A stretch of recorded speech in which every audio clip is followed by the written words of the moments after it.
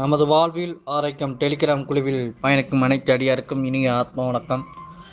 சிறப்பு வரவேந்திருக்கும் சிவசத்யா அம்மா அவர்களை நமது குழுவின் சார்பாக வருக வருக என அன்புடன் வரவேற்கிறேன். இன்றைய வகுப்பு ஹக்குவில் பெண்கள், மதுரையிலிருந்து. நன்றி அம்மா, ஸ்டார்ட் பண்ணுங்க.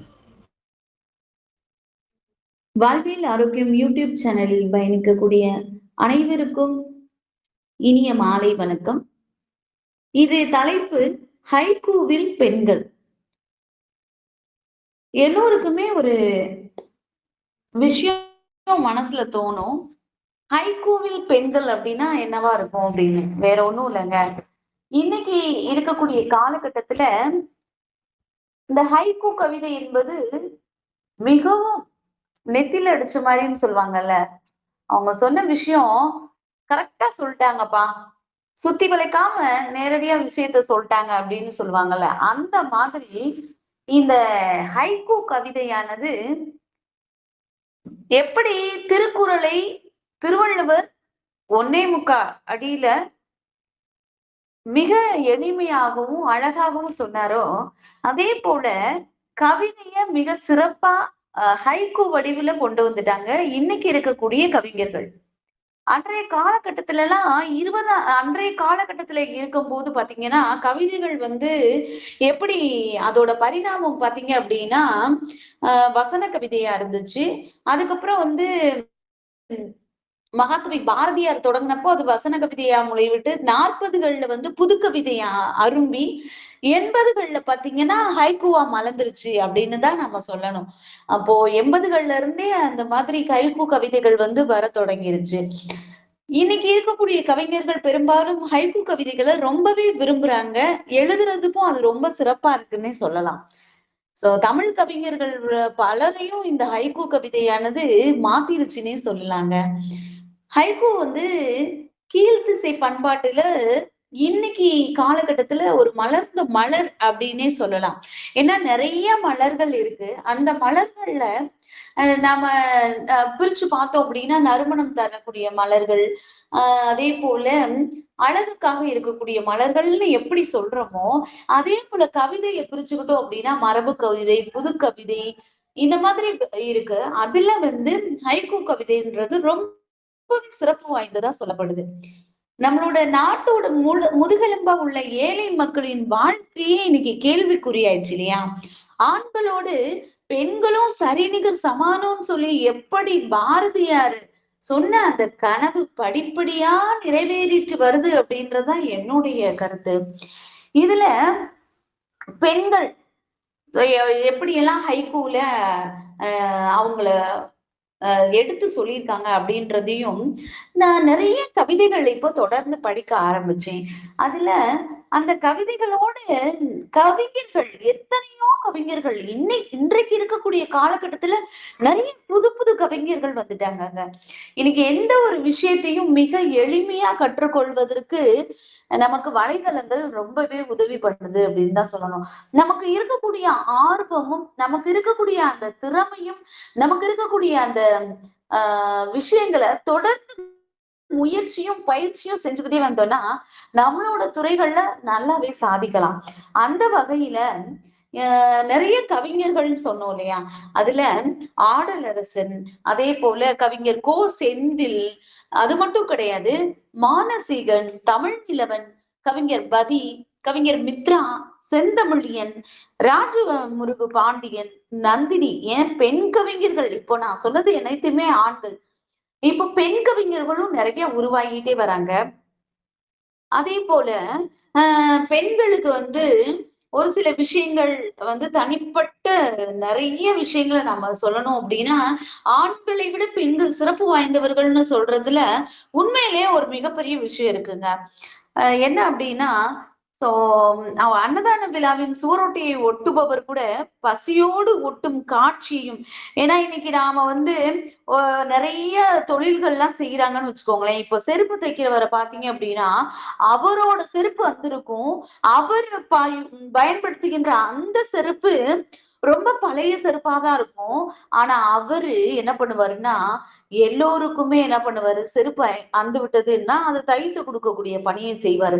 அதே போல அந்த ஹோட்டல்ல எல்லாம் சாப்பாடு பரிமாறுறவங்களா இருக்கட்டும், இல்ல சாப்பாடு செய்யறவங்களா இருக்கட்டும், அவங்க பசியோட இருப்பாங்க. ஆனா வருகிறவர்கள் எல்லோருக்கும் பசி மத்துவாங்க அப்படின்னு கேள்விப்பட்டிருக்கோம். இந்த மாதிரி நாக்கு வரல வரல கிளவி விற்கிறாள் மோர். எவ்வளவு அழகா இருக்கு பாருங்களேன் இந்த கவிதை. மானசீகன் எழுதிய இந்த கவிதை. வயிற்றில் பசி, தலையில் உணவு சுமை. வயித்துல பசி இருக்கும், ஆனா தலையில அவங்களுக்கு உணவு சுமை இருக்கும். சில்லறைகள் விழுந்தன கடவுள் மேல், பசியுடன் ஓவியன். சுவர்களுக்கு இலவச ஆடைகள், வந்தது தேர்தல். பாருங்களேன், தேர்தல் காலத்துல என்ன பண்ணுவாங்கன்னா, அப்பதான் அந்த சுவர்கள் எல்லாத்தையுமே சுத்தமா அந்த பெயிண்ட் எல்லாம் அடிச்சு அதை வர்ணம் பூசக்கூடிய வேலைகள்லாம் செய்வாங்க. இப்படி மூன்றே ஒரு வரிகள்ல வந்து இந்த ஹைக்கூவ அழகா சொல்லி இருக்கிறாங்க. இதுலயும் எனக்கு ரொம்ப பிடிச்ச விஷயங்கள் என்ன அப்படின்னு பார்த்தோம்னா, என்.டி. ராஜகுமார் அப்படின்றவரு, அம்மா உடுத்து கிழிந்த சேலை தங்கைக்கு தாவணி ஆகும். இல்லாமை நிலை இதன் மூலம் உணர்த்தப்படுகிறது அப்படின்னு சொல்லியிருக்காரு. கிழிந்த சேலை பரவாயில்லை, தங்கைக்கு தாவணி. எப்படி இருக்கு பாருங்களேன். அப்போ இந்த வரிகளை எல்லாம் படிச்சோனாலே நமக்கு உள்ளார்ந்த அர்த்தத்தை புரிந்து கொள்ளக்கூடிய அளவுல இருக்குது. வண்ண வண்ண ஆடைகள், தரையில் கோவன மனிதன். எவ்வளவோ உடைகளை ரெடி பண்ணி கொடுப்பாங்க. ஆனா அவன் தரையில உட்கார்ந்து உடுத்தி இருக்கக்கூடிய உடை பாத்தீங்கன்னா ரொம்ப பழமையானதா இருக்கும் அப்படின்னு சொல்லியிருக்காங்க. உடையெல்லாம் கிழிசல், உள்ளமெல்லாம் புகைச்சல், ஊருக்கு துணி நெய்கிறான். பாருங்களேன் எவ்வளவு அழகா சொல்லிருக்க. கவிஞர் அமுத பாரதி இந்த கவிதைய சொல்லியிருக்காங்க. பாதங்கள் கொப்பளிக்க நடந்தே வந்தான் செருப்பு தைப்பவன். மானசீகன் இந்த கவிதையை எழுதியிருக்கிறாரு.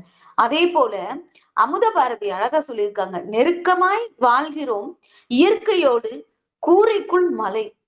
எவ்வளவு நெருக்கம் இருந்தா கூரைக்குள் மலை. பாருங்களேன் எவ்வளவு அழகா சொல்லியிருக்காங்கன்னு. இந்த மாதிரி நிறைய கவிதைகளை ஒன்றன் பின் ஒன்றாக தொகுத்து அழகா சொல்லியிருக்காங்க. மக்கள் தொடர்பு சாதனங்கள்ல திரைப்படம் வந்து முதலிடம் பெற்றிருக்கிறது என்பது எல்லோரும் அறிந்ததே. சமூக முன்னேற்றத்திற்கு உதவுவதாக பெரும்பாலும் இல்லை. திரைப்படம் காட்டும் வாழ்க்கை வேறு, யதார்த்த வாழ்க்கைன்றது வேறு. ஆனா மக்கள் அதை அறியாம இன்னைக்கு அந்த திரைப்படத்துக்குள்ளவே, அதுவும் அந்த படத்துல நடிச்சிருக்கக்கூடிய நடிகர்களுக்கு பாலாபிஷேகம் இந்த மாதிரியான விஷயங்கள்லாம் செய்யறது ஒரு பக்கம் இருக்கு. அதுல நல்லா ஒரு அழகான கவிதைய டில்லி பாபிவின் கவிதை உண்மைக்கு முரணான வார்த்தைகள் எல்லாம் சொல்லியிருப்பாங்க.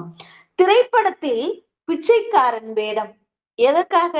பணக்காரன் ஆவதற்காக. உண்மைதானங்க. அந்த படத்துல பிச்சைக்கார வேடம் போட்டு நடிச்சிருக்கான்னு வச்சுக்கோங்களேன், அது அந்த படத்தின் மூலியமா அவனுக்கு எவ்வளவு கோடி கணக்குல இன்றைக்கு இருக்கக்கூடிய திரைப்பட நடிகர்கள் பெறுகின்ற சம்பளம் என்பது கோடிகள்ல போயிடுச்சு. அப்போ அந்த நடிகராவே இருந்தாலும் அவருடைய பழைய பிளாஷ்பேக்ன்னு சொல்லுவாங்கல்ல, அதெல்லாம் எடுத்து பார்த்தோம்னா அவர் அந்த ஒரு படத்துல கூட பிச்சைக்காரன்ற படத்துல கூட அவர் வந்து பிச்சை எடுத்துதான் அவரோட பணிகள் எல்லாத்தையும் செஞ்சுக்கிட்டு இருப்பாரு.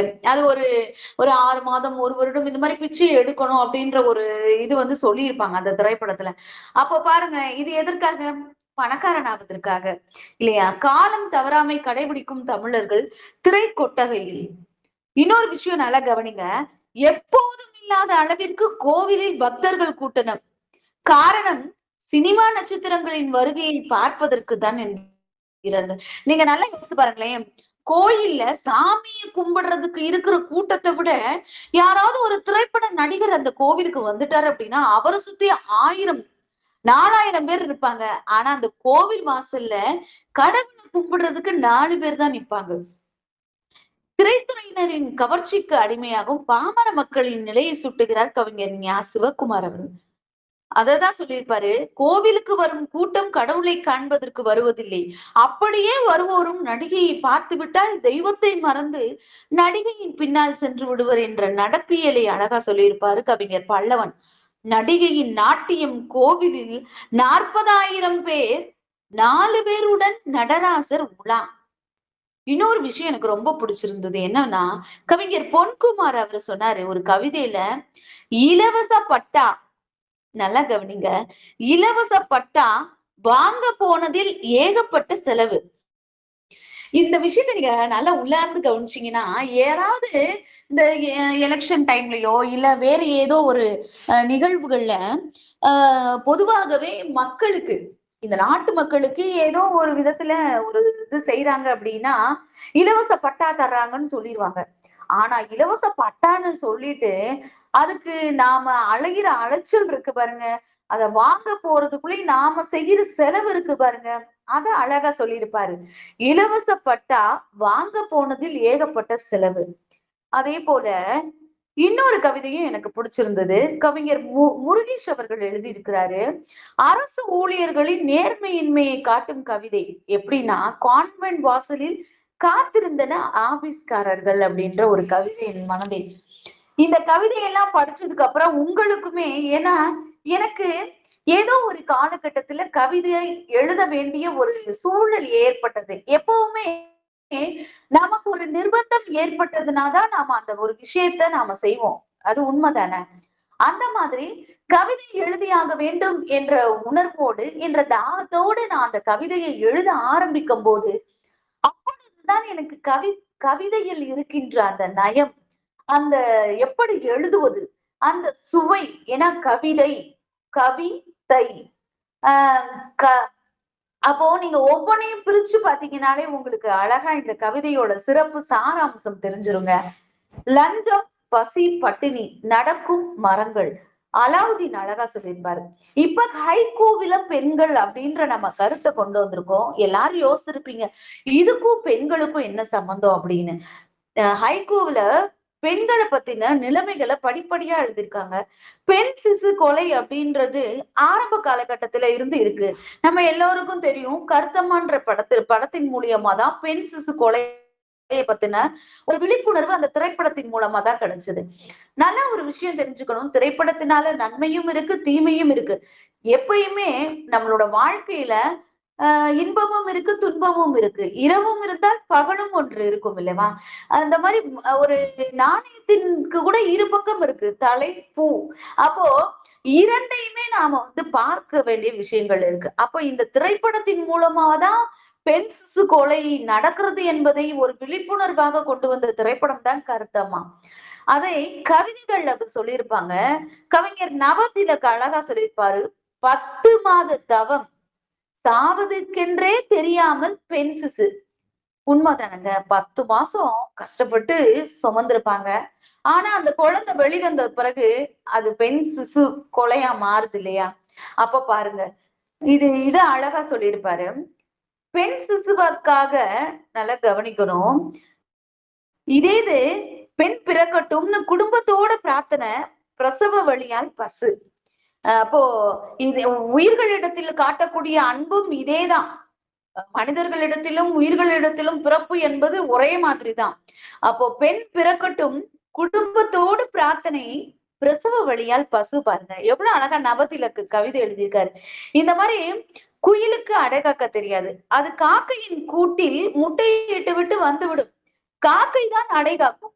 முட்டை பொரித்த பின்னர் குயில் குஞ்சாய் வெளிவரும். அதே போல எத்தனையோ பெண்கள் தாம் 10 மாதம் சுமந்து பெற்ற பெண் குழந்தையை அரசு ஏற்படுத்திய அனாதை குழந்தை காப்பகங்களில் போட்டுவிட்டு வந்து விடுகிறார்கள் அப்படின்றத இந்த கதை மூலம் சொல்லுகிறாரு. காக்கையின் கூட்டில் குயிலின் முட்டை, அரசு தொட்டில். பாருங்க எவ்வளவு அழகா அத பொருத்துகின்றார் பாருங்களேன். இதுதான் ஒரு கவிஞருக்கு இருக்கக்கூடிய சிறப்பு இயல்புகள் அப்படின்னு சொல்லலாம். கவிஞர் என்பவர் எந்த ஒரு தலைப்பை கொடுத்தாலும் அணுக தெரிஞ்சிருக்கணும், எழுத தெரிஞ்சிருக்கணும். அவர் எழுதுகின்ற வித்தியாசமே ஒரு அற்புதமா, அதாவது மனிதர்களிடத்துல ஒவ்வொருத்தருக்கும் ஒவ்வொரு குணம் இருக்கும் இல்லையா? சிறப்பு குணங்கள். ஒருத்தரை நம்ம பார்த்துட்டோம் அப்படின்னா, சோ இவர் இப்படிப்பட்டவர் அப்படின்றத நாம பார்த்து தெரிஞ்சு முடிவு பண்ணிடுறோம். எல்லோரும் ஒரே மாதிரி இருப்பது இல்ல இல்லையா? வீட்டுல பிறந்த ஒவ்வொருத்தர் தங்கை, அண்ணன், தம்பி இப்படி இருப்பாங்க அப்படின்னா எல்லோருமே ஒரே மாதிரி இருப்பாங்கன்னு சொல்ல முடியாது. இந்த கவிஞர்கள்லயுமே பாத்தீங்கன்னா நிறைய வித்தியாச படைப்புகள் இருக்கும். கவிஞர்கள் அவங்க எழுதியிருக்க அந்த நடையை வைத்து இது யாரோட கவிதைன்னு சொல்ற அளவுக்கு அந்த அந்த தத்துவம் எப்ப வரும் நம்ம இடத்துல பிறக்கும் அப்படின்னா, அவங்களோட கவிதைகள் நிறைய பேர் இப்போ நம்ம சொன்னது மாதிரி அருள்மதி கவிதைகள், மனுஷ்யபுத்திரன், இது மாதிரி நிறைய கவிஞர்கள் இருக்கிறாங்க இல்லையா? அப்ப அவங்க கவிதை புத்தகத்தை நம்ம வாசிக்க வாசிக்க இது இவர்களுடைய கவிதை, இது இவர்களுடைய கவிதை என்பது நமக்கு புலப்பட்டு விடும். ஏன்னா அவங்க எழுதக்கூடிய வார்த்தைகள் இவர் இப்படிதான் கொண்டு போவாருன்றது நமக்கு அவருடைய விஷயங்களை எல்லாம் நாம படிக்க படிக்க நமக்கே நன்கு புரிந்துவிடும் இவர் இந்த கவிதை இவரால் தான் எழுதப்பட்டது அப்படின்னு. அந்த மாதிரிதான் நிறைய கவிஞர்கள் இருந்தாலும் அந்த கவிஞர்களுக்கு தனித்துவத்தை என்றைக்குமே காட்டிவிடும் என்பது சிறப்பு. அடுத்து முதற்கன்னிகளை பத்தி ஒரு அழகான கவிதை கொடுத்திருப்பாரு. வளர்ந்த பூக்கள் காய்ந்து கிடக்குது கீழே, மொக்குகளே மலராதீர்கள் அப்படின்னு சொல்லி ரொம்ப அழகா எழுதியிருப்பாரு. கல்யாண கூட்டம் முதிர்கண்ணியின் தலையிலும் கொஞ்சம் அச்சதைகள் அப்படின்னு சொல்லிட்டு குழந்தைங்களுக்கு வந்து திருமணம் ஆகாத குழந்தைகள் வயது ஆனாலும் திருமண வயதை கடந்த பின்னும் அவங்களுக்கு திருமணம் ஆகாம இருக்கும்போது கல்யாண கூட்டத்துல இருந்தாலும் கூட அவர்கள் தலையிலும் கொஞ்சம் அச்சதைகள். பாருங்களேன் எவ்வளவு அழகா எழுதியிருக்காருன்னு. இந்த மாதிரி இன்றைக்கு நீங்க கேட்கக்கூடிய நீங்களுமே கவிதை எழுத ஒரு தூண்டுகோலாக நமக்கு இந்த விஷயங்கள்லாம் இருக்கும் என்பதுல மாற்று கருத்தே இல்லைங்க. வரதட்சணைன்னு சொல்லிட்டு ஹைக்கூல அழகா சொல்லியிருக்காரு. ஒவ்வொரு அறுவடையும் ஏமாற்றி விடுகிறது அப்படின்னு கவிஞர் மா காளிதாஸ் அவர்கள் எழுதியிருக்கிறாரு. அதே போல நிலம் வீடு கை மாறியது வீட்டில் புது மாப்பிள்ளை. இந்த கவிதை எனக்கு ரொம்ப பிடிச்சிருந்துச்சு. இது பெண்கள் எல்லோருக்குமே வந்து ஒரு கஷ்டமான விஷயம். என்ன அப்படின்னா பெண்ணுக்கு திருமணம் அப்படின்னு சொன்னா புது மாப்பிள்ளைக்கு என்ன பண்ணுவாங்கன்னா தன்னோட பொண்ணுக்கு போட வேண்டிய நகைகள் வீடு இருந்தா வீடு எழுதி கொடுப்பாங்க, நிலம் இருந்தா நிலத்தை எழுதி கொடுப்பாங்க. அது வரைக்கும் அந்த அப்பா அம்மாவோட நிலமா இருந்திருக்கும். தான் பொண்ணுக்காக அந்த நிலத்தை வந்து தன் பொண்ணு பேர்ல எழுதி கொடுப்பாங்க. அழகா சொல்லியிருப்பாரு, நிலம் வீடு கை மாறியது வீட்டில் புது மாப்பிள்ளை அப்படின்னு. பாருங்களேன் அந்த சீர்வரிசையை கூட அவ்வளவு அழகா சிவா அவர்களோட கவிதைகள்ல அழகா பயன்படுத்தி இருக்கிறாரு. 30,000 ரொக்கம் 200 கிராம் தங்கம் நவீன பிச்சைக்காரர்கள். எப்படி பாருங்க அவங்க கல்யாணம் பண்ணிட்டு போறாங்க அப்படின்னா அவங்களையும் இதே மாதிரிதான் சொல்றாங்க. யாரும் தவறா நினைத்துக்க வேணாம். இத வந்து கவிஞர் அவர்கள் வந்து தன்னோட கவிதையினால, ஏன்னா இன்னைக்கு இருக்க கூடிய காலகட்டத்துல ஆண்கள் வரதட்சணையே வேணான்னு சொல்லி கல்யாணம் முடிக்கும் கூடிய ஆண்களும் இருக்காங்க. இன்றைக்கு காதல் திருமணம் அப்படி எல்லாம் வந்துருச்சு. மாற்றம் ஏன்னா அன்றைக்கு தொடங்கி இன்றைக்கு வரைக்கும் ஒவ்வொரு மாற்றங்கள் நடந்துகிட்டுதான் இருக்கு. ஆனா அவர் வரதட்சணைன்னு சொல்லும் போது இந்த ஒரு கவிதையை கொண்டு வருகிறாரு. இது எல்லாமே ஹைக்கூல பெண்கள் பெண்கள் சார்ந்து என்னென்ன விஷயங்கள் இருக்கோ அத்தனையுமே வந்து சொல்லிட்டு இருக்காரு. நெருப்புதான் பெண் அப்படின்னு சொல்றாரு. அம்மாவிற்கு அடி வயிற்று, மாமியாருக்கு அடுப்படியில். நெருப்புதான் பெண். அம்மாவுக்கு அடி வயிற்றுல தன்னோட குழந்தைய கல்யாணம் பண்ணி குடுக்கிற வரைக்கும் நெருப்பு கட்டிட்டு இருக்கேன்னு சொல்லுவாங்க இல்லையா? ஆனா மாமியாருக்கு அடுப்படியில போய் நம்ம வேலை பார்க்கணும் நெருப்புல இருந்து. அத அழகா சொல்லியிருக்காரு. இந்த மாதிரி நிறைய கவிதைகள் என் மனதுக்குள்ள ரொம்பவே ஆழமா பதிஞ்சுது அப்படின்னு தான் சொல்லணும். அதே போல பெண்களோட சகிப்புத்தன்மையை பத்தி அழகா சொல்லியிருப்பாரு. பதறி ஓடும் அறைக்குள் ஒரு கொத்து முடி அப்படின்னு இருப்பாரு. கனவோடு கலந்து கற்பூரம் முடிந்தது வாழ்ந்ததற்கு தடயமின்றி அப்படின்னு சொல்லியிருப்பாரு.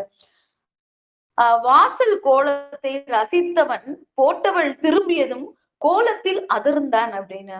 இந்த மாதிரி நிறைய கவிதைகளை நான் படிக்க ஆரம்பிச்சேன். எனக்கு ரொம்ப பிடிச்சிருந்தது. ஹைக்கூல எப்படியெல்லாம் பெண்களை எழுதியிருக்காங்க, பெண்களை வர்ணிச்சிருக்கவும் செஞ்சிருக்காங்க, பெண்கள் இந்த சமுதாயத்தில் பட்ட பாடுகளையும் எழுதியிருக்காங்க. நிறைய கவிதைகளை தொகுத்து வழங்கியிருக்காங்க. நிறைவாக கவிஞர் தமிழ்நெஞ்சன் அவர்கள் வந்து பெண்களின் அமைதி உறங்கும் எரிமலை, பெண்களோட அமைதிய சொல்லியிருக்காரு. அவங்க உறங்கும் எரிமலை விழித்தால் விடுதலை அப்படின்னு சொல்லி நிறைவா இந்த கவிதையோட நான் இந்த ஹைக்கூவில் பெண்கள் அப்படின்ற தலைப்பை நிறைவு செய்ய இருக்கிறேன். வாய்ப்பு கொடுத்தமைக்கு நன்றி. வாழ்வியல் ஆரோக்கியம் யூடியூப் சேனல் நிறுவனர் கார்த்திகேயன் அண்ணா அவர்களுக்கு என்னுடைய நன்றியை தெரிவித்துக் கொண்டு என் உரையை நிறைவு செய்கிறேன். நன்றி, வணக்கம்.